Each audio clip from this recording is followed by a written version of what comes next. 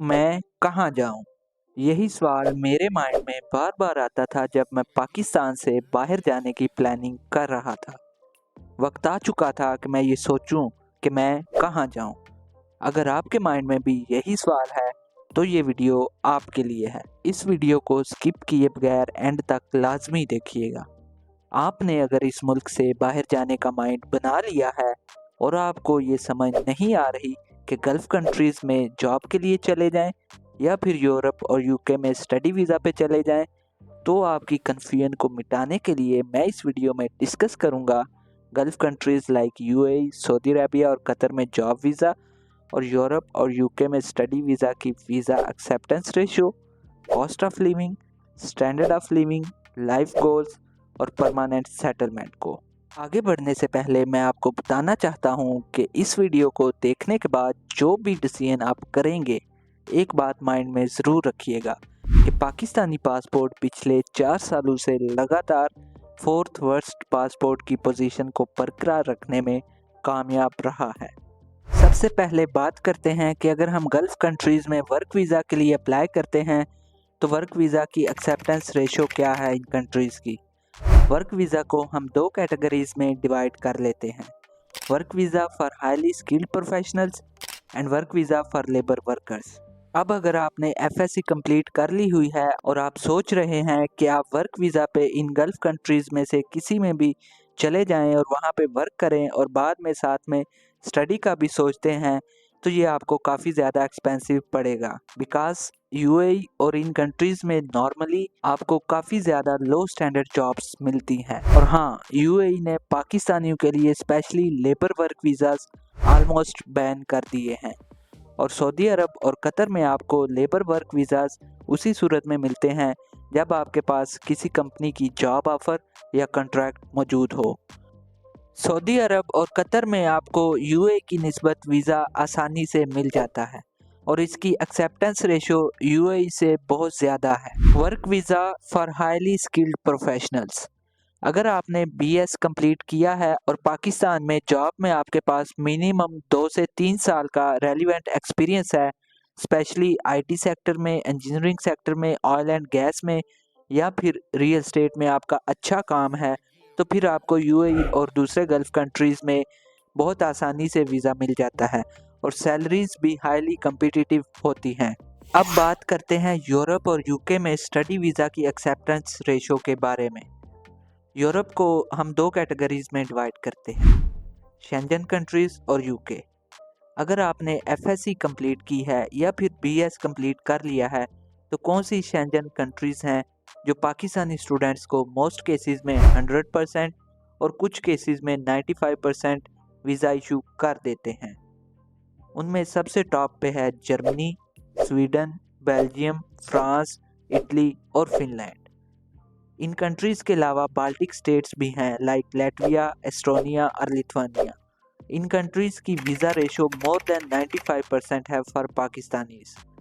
अब बात करते हैं यूके की। अगर यूके में आप मास्टर्स के लिए जाना चाहते हैं, तो यूके की वीज़ा एक्सेप्टेंस 99.9% है। अगर आप यूके में रिसर्च डिग्री प्रोग्राम में अप्लाई करते हैं, तो आपको ये ऑप्शन भी मिलता है कि आप साथ अपनी फैमिली को भी ले जा सकते हैं और आप सेम डे पे ट्रैवल कर सकते हैं। अब बात करते हैं कॉस्ट ऑफ लिविंग की। यूएई में cost of living almost 1900 USD per month, सऊदी अरब में 1200 यूएसडी पर मंथ और कतर में 1800 यूएसडी पर मंथ है। ये उस सूरत में है कि अगर आपके पास एक स्किल्ड प्रोफेशनल जॉब मौजूद है और ये गवर्नमेंट का एक स्टैंडर्ड सेट है, उसके मुताबिक ये कॉस्ट ऑफ लिविंग है। अगर आप लो स्टैंडर्ड जॉब्स कर रहे हैं, तो आप इस कॉस्ट ऑफ लिविंग को अपने तौर पर रिड्यूस भी कर सकते हैं। उस सिचुएशन में आपको रूम्स शेयर करने पड़ते हैं, एक रूम में 6-6 बंदों के रूम में भी आपको रहना पड़ता है। उससे आपकी प्राइवेसी भी डिस्टर्ब होती है। लेकिन ऐसी सिचुएशन में आपका मेन फोकस होता है आपने सेविंग्स करनी है और पैसे आपने वापस पाकिस्तान भेजने हैं। अगर आप यूएई में और सऊदी अरब में हाई स्टैंडर्ड्स जॉब्स कर रहे हैं, तो आपकी कॉस्ट ऑफ लिविंग भी हाई होगी। वो इस वजह से होगी कि आप जिस इन्वायरमेंट में रहते होंगे, वो इन्वायरमेंट हाई क्लास इन्वायरमेंट होगा। वहाँ पे आपको एक्सपेंसेस करने पड़ेंगे। अगर हम यूके और यूरोप में कॉस्ट ऑफ लिविंग को देखें तो यूके में यूरोप की निस्बत कॉस्ट ऑफ लिविंग ज़्यादा है, almost $2300 per month as per standard. But अगर हम दूसरे European countries like Finland, Italy, Germany, France, Belgium, इन कंट्रीज़ को चेक करें तो इनमें almost on average cost of living $1500 to $1600 per month है एज पर स्टैंडर्ड। सो अगर हम यूरोप को गल्फ कंट्रीज़ के साथ कंपेयर करें तो यूएई और यूरोप के एक्सपेंसेस ऑलमोस्ट सेम हैं कॉस्ट ऑफ लिविंग के पर मंथ। बट डिफरेंस कहाँ पे आता है? स्टैंडर्ड ऑफ लिविंग में। अगर आप यूएई में या सऊदी अरब में एक प्रोफेशनल जॉब भी कर रहे हैं तो आपका कॉन्फिडेंस, आपकी कम्युनिकेशन स्किल्स और आपकी इंग्लिश में फ्लुएंसी काफ़ी हद तक लिमिटेड रहती है बनिस्बत यूरोप और यूके के। अगर आप यूरोप और यूके के इन्वायरमेंट में, वर्क कल्चर में जॉब करते हैं एज ए स्टूडेंट या एज ए प्रोफेशनल, तो आपकी कम्युनिकेशन स्किल्स ख़ास तौर पे बहुत इम्प्रूव होती हैं और आपका कॉन्फिडेंस लेवल बहुत हद तक इम्प्रूव हो जाता है, और जो कि ज़िंदगी के किसी भी स्टेप पे आपको बाद में भी हेल्प करता रहता है। अब बात करते हैं गोल्स इन लाइफ और सेटलमेंट प्लान्स की। नॉर्मली मुल्क से बाहर जाते वक्त लोगों के माइंड में 3 तरह की सोच होती है। फर्स्ट, कि वो बाहर जाएं और बहुत सारा पैसा कमाएं। सेकंड, वो बाहर जाकर सेटल हो जाएं। और थर्ड, वो बाहर जाएं, पैसा भी कमाएं और सेटल भी हो जाएं। अब हम डिस्कस करेंगे इन तीनों केसेस को लाइफ गोल्स और सेटलमेंट प्लान्स के पर्सपेक्टिव से। अगर तो आपका गोल ये है कि आप पाकिस्तान से बाहर जाएं, पैसे कमाएं, सेविंग्स करें और इन दी एंड आप वापस पाकिस्तान में आकर कोई बिज़नेस स्टार्ट कर लें, तो फिर तो आपके लिए gulf countries like Saudi Arabia, Qatar और यूएई एक बेस्ट ऑप्शन हो सकता है, क्योंकि इन कंट्रीज़ के वीज़ास आपको यूरोप की निस्बत ईज़िली और बहुत जल्दी मिल जाते हैं। और अगर आपका गोल ये है कि आप बाहर जाएं और वहां जाकर सेटल हो जाएं, तो फिर गल्फ़ कंट्रीज़ में आपको सेटलमेंट का कोई ऑप्शन नहीं मिलता। इस मामले में यूरोपियन कंट्रीज़ और यूके आपके लिए बेस्ट ऑप्शन है। वो इसलिए कि यूरोपियन कंट्रीज़ और यूके इमिग्रेंट फ्रेंडली पॉलिसी रखते हैं।